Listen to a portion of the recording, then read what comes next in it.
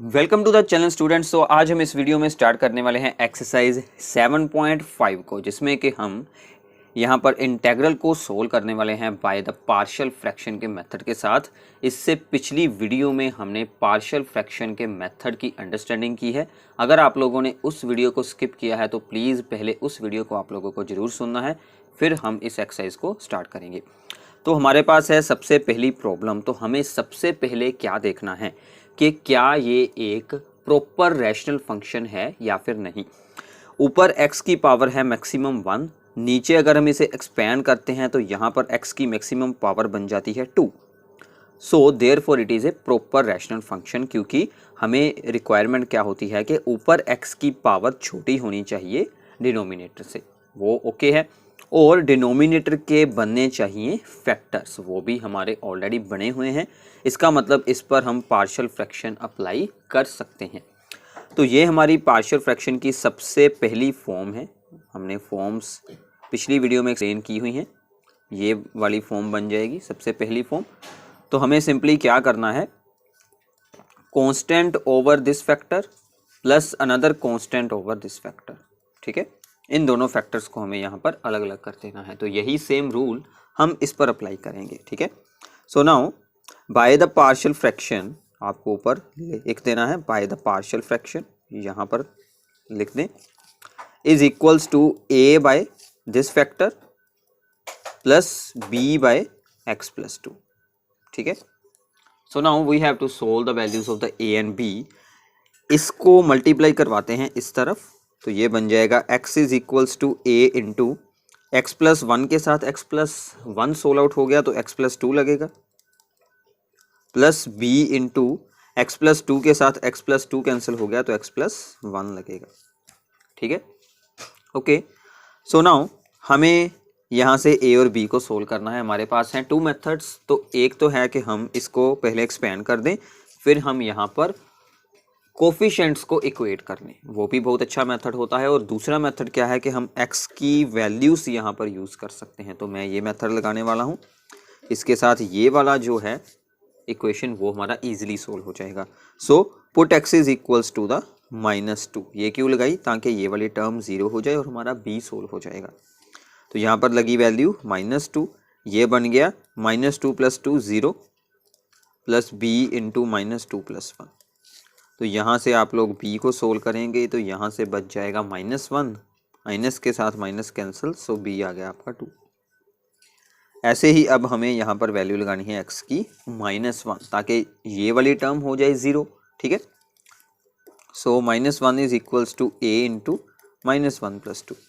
ठीक है, तो ये आपका बन जाएगा यहाँ पर ओनली a, तो a की वैल्यू हमें मिल चुकी है -1।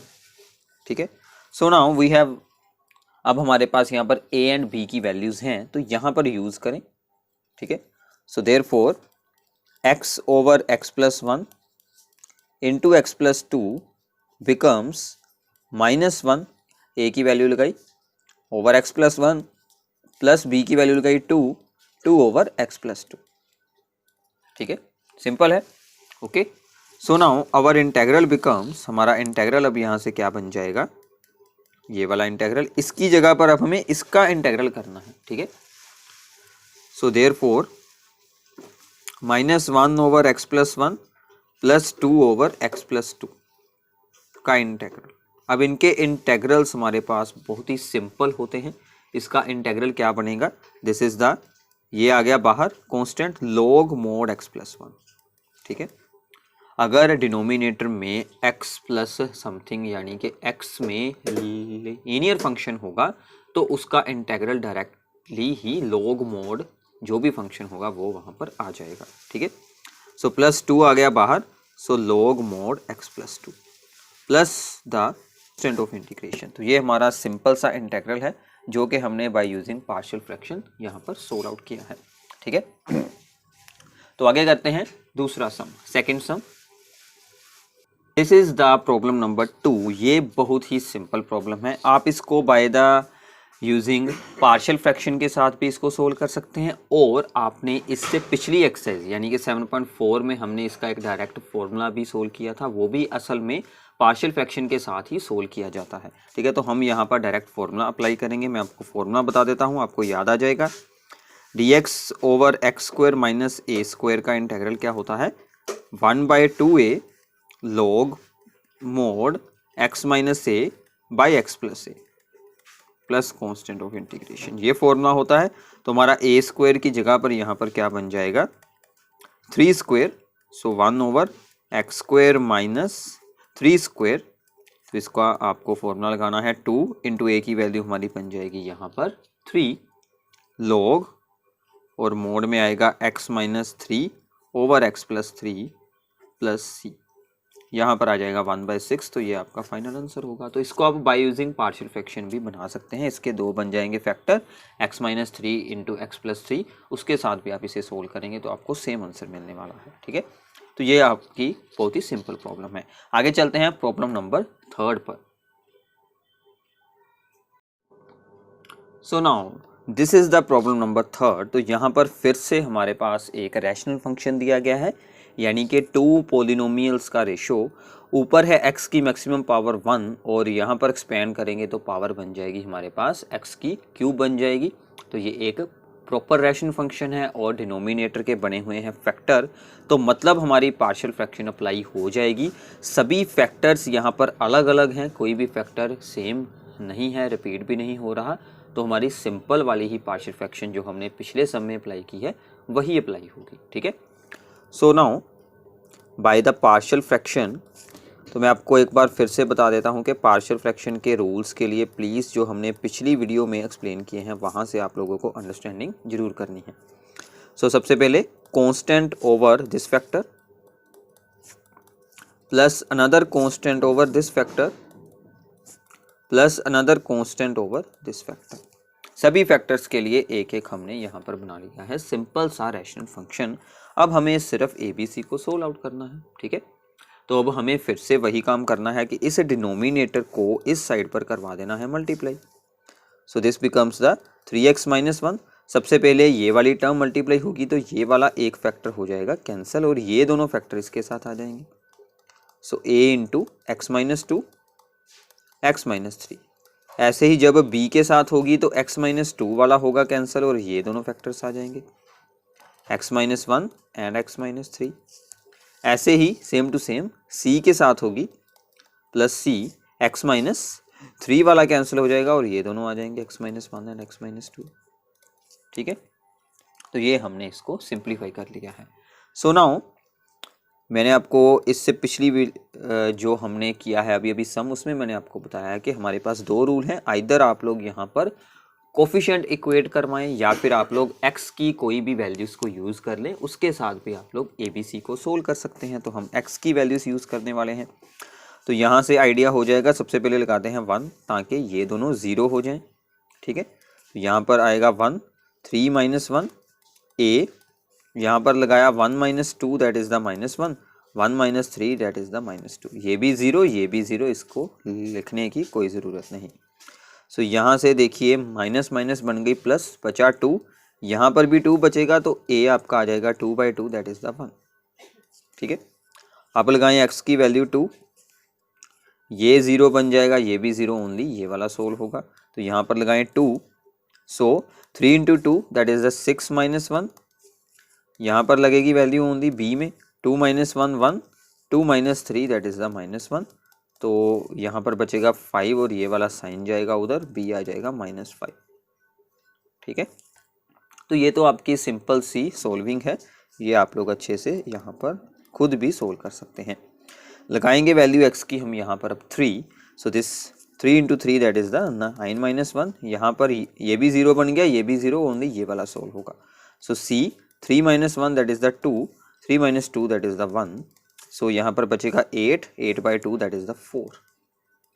तो c की वैल्यू आ गई है, a की वैल्यू आ गई है, b की वैल्यू आ गई है।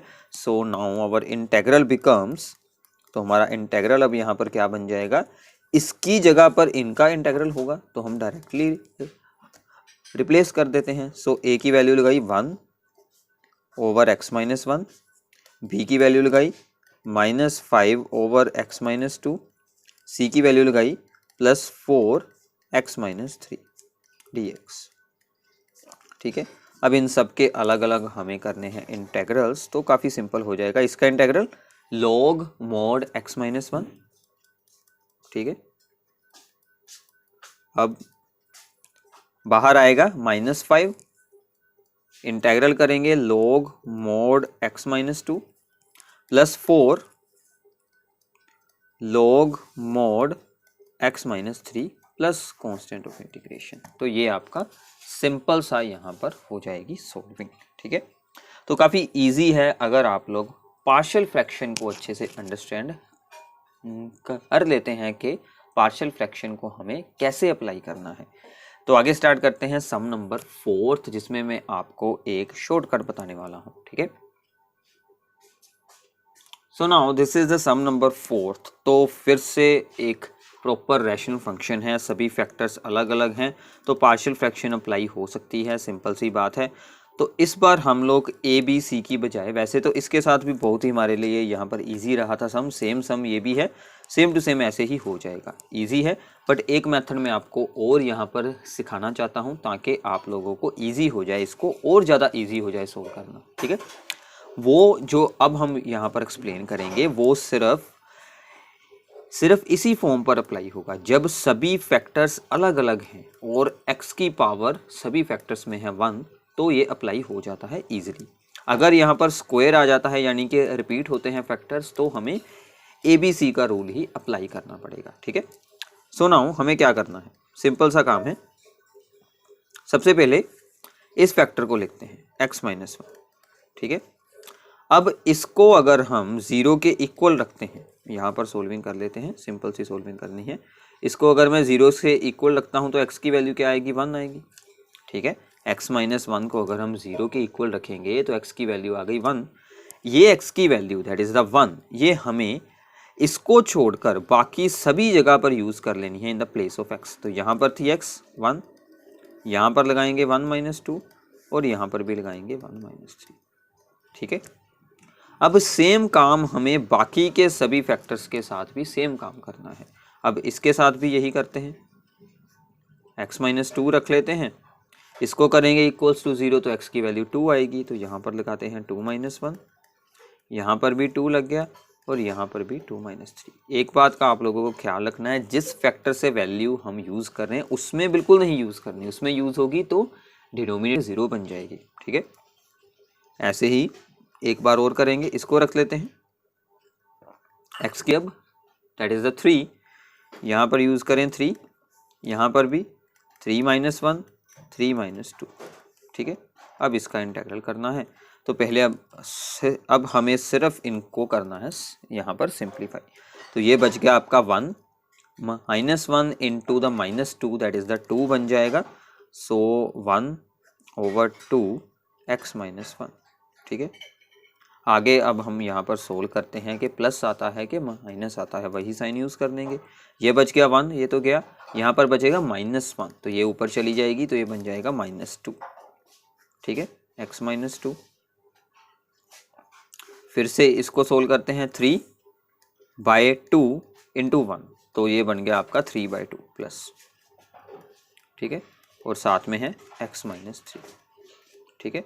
सो आई होप कि यहाँ तक आप लोगों की अंडरस्टैंडिंग हो चुकी होगी। सिर्फ ये जो स्टेप है ये आपके लिए इम्पोर्टेंट है, आगे तो आपको करना है सिंप्लीफाई, ठीक है। तो सिंप्लीफाई करना सिंपल होता है। सो इसका अब हम यहाँ पर करेंगे इंटेग्रल, तो कांस्टेंट आ गया बाहर 1/2, सो log mod x माइनस 1, यहाँ पर फिर से -2 log mod x minus 2 plus 3/2 log mod x minus 3 plus constant of integration. तो ये सम आपका बहुत ही यहाँ पर इजी वे के साथ हो गया, ठीक है। इससे भी ज़्यादा हमने इसको बना दिया सिंपल। तो आपको इस बात का यहाँ पर ख्याल रखना है कि अगर यहाँ पर सोल्विंग करना आपके लिए डिफ़िकल्ट हो, जैसे कि यहाँ पर थोड़ा सा डिफ़िकल्ट हो सकता था, या फिर यहाँ पर कोई ऐसा हो फैक्टर कि उसकी सोल्विंग जो हमने यहाँ पर की है वो थोड़ी सी डिफ़िकल्ट हो, तो आपको ABC वाला रूल यूज़ कर लेना है। अगर कोई ऐसी फॉर्म होगी जिसमें कि सोल्विंग होना काफ़ी इजी है, तो आप ऐसे भी इसे सोल्व कर सकते हैं। ये भी आपका एग्ज़ाम में बिल्कुल सही माना जाएगा। आपको यहाँ पर क्या लिख देना है, बाय पार्शियल फ्रैक्शन, ठीक है। तो आपको ये पूरी सोल्विंग कर देनी है। Okay, so this is the sum number 4th। तो आगे चलते हैं सम नंबर 5th की तरफ।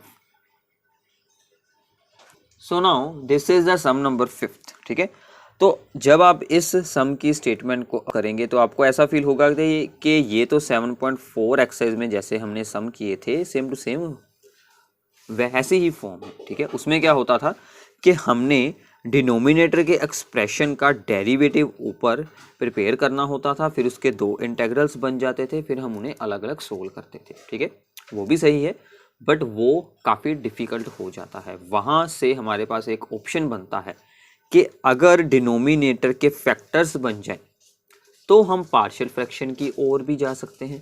अगर इसके फैक्टर ही ना फॉर्म हो तो आपके पास वही ऑप्शन बचता है जो हमने 7.4 में यूज़ किया है। ठीक है, तो जब आपको एग्ज़ाम में भी कोई प्रॉब्लम दी जाएगी, आपको सबसे पहले अगर यहाँ पर स्क्वायर रूट के विदाउट है, मतलब ऐसी ही कोई सिंपल फॉर्म है, रैशनल फंक्शन है, ठीक है, वो पॉलिनोमियल्स का रेशो है, तो आपको यही चेक करना है कि क्या वो एक प्रॉपर है। अगर वो एक प्रॉपर रैशनल फंक्शन है तो आपको यही चेक करना है कि डिनोमिनेटर के यहाँ पर अगर बन रहे हैं फैक्टर्स तो आपको पार्शियल फ्रैक्शन बना देनी है। ठीक है, अदरवाइज आप लोग 7.4 के जैसे मतलब इसका डेरिवेटिव ऊपर बनाएंगे वो वाली फॉर्म अप्लाई कर सकते हैं। ठीक है, वो भी सही है। सो इसको सोल्व करते हैं। इसके बन जाएंगे फैक्टर्स। क्या बनेंगे मैं आपको यहाँ पर बना देता हूँ। x² + 3x + 2, इसको ब्रेक करते हैं 2x + x में। ठीक है, +2 है तो ये बन गए x + 2 एंड x + 1। तो इसके ये दो यहाँ पर बन चुके हैं फैक्टर्स, तो हम इसको यहाँ पर लिख लेते हैं x + 2 × x + 1। ठीक है, सो अब ये हमारी पार्शियल फ्रैक्शन यहाँ पर प्रिपेयर हो चुकी है। तो फिर से हम इस पर शॉर्टकट अप्लाई कर देते हैं क्योंकि ये भी काफ़ी इजी सोल्विंग है, हमें यहाँ पर a और b को सोल्व करने की ज़रूरत नहीं है। तो आपका भी शॉर्टकट यहाँ पर स्ट्रॉन्ग हो जाएगा। तो इस फैक्टर को रखना है यहाँ पर एज इट इज़। इसको अगर हम 0 के इक्वेट करते हैं तो यहाँ से x की वैल्यू क्या आएगी -2, वो यहाँ पर लगाएं और यहाँ पर लगाएं। ठीक है, प्लस अब दूसरे फैक्टर की बारी, इसे रखना है। इसको 0 के इक्वेट करेंगे तो x की वैल्यू क्या आएगी -1, वो यहाँ पर लगेगी और ऊपर भी लगेगी। ठीक है, ओके, तो अब इसको हम कर देते हैं simplify. So this becomes the -4 by -1, तो माइनस हट जाएगी, ओनली 4 बच जाएगा। यहाँ पर बच गया -2/1, तो इसकी आ जाएगी माइनस। ठीक है, तो अब इनके इंटेग्रल्स कर देते हैं, काफ़ी इजी काम हो गया। 4 बाहर, log इसका बन गया mod x + 2, -2 बाहर, log mod x + 1 plus constant of integration. ठीक है, तो ऐसे आपकी ये यहाँ पर प्रॉब्लम सोल्व हो जाएगी। सो अब हम स्टार्ट करने जा रहे हैं प्रॉब्लम नंबर 6 को। ठीक है, तो अगर आप लोग 6th प्रॉब्लम को ऑब्जर्व करते हैं तो वो हमारी कुछ डिफरेंट वाली है। So 1 - x² divided by x × 1 - 2x। ठीक है, अब ये एक रैशनल फंक्शन है क्योंकि दो पॉलिनोमियल्स का रेशो है, ओके है, बट ये हमारा प्रॉपर रैशनल फंक्शन नहीं बन रहा। क्यों? कि ऊपर भी x की मैक्सिमम पावर 2 है और यहाँ पर भी 2 ही फॉर्म होगी। अगर हम इसको एक्सपैंड करते हैं, मल्टीप्लाई करवा देते हैं, तो दोनों साइड पर पावर्स आ रही हैं सेम, तो हमें ऊपर चाहिए होती है छोटी पावर, तो हमें यहाँ पर लॉन्ग डिवीज़न अप्लाई करनी होगी। ठीक है, मतलब इसकी डिवाइड करनी होगी और इसे हमें प्रॉपर रैशनल फंक्शन में चेंज करना पड़ेगा।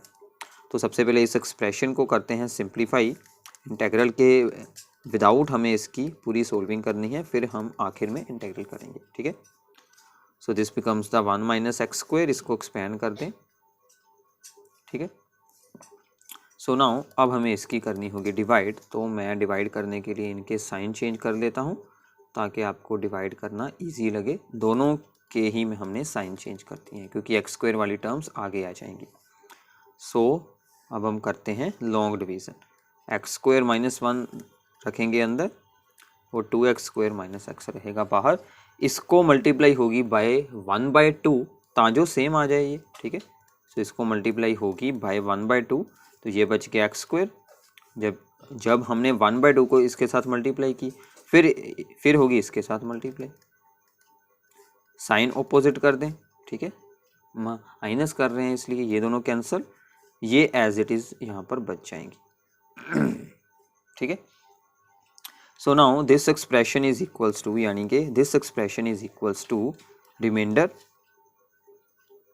ये वाला है, ठीक है, ये आएगा आगे कोशेंट 1/2 प्लस रिमाइंडर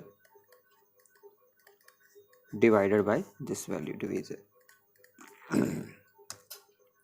अब हमारा इंटेग्रल होगा इस एक्सप्रेशन का, ठीक है, हमने इसको चेंज कर लिया है इनटू दिस वन, ओके। तो ये स्टेप काफ़ी इंपॉर्टेंट है, इसका आप लोगों को ध्यान रखना है, इसको सबसे पहले आगे लिखना है और बाद में ये टर्म लिख देनी है, ठीक है। तो एक्स इसमें भी आ सकती है, यहाँ पर आई है।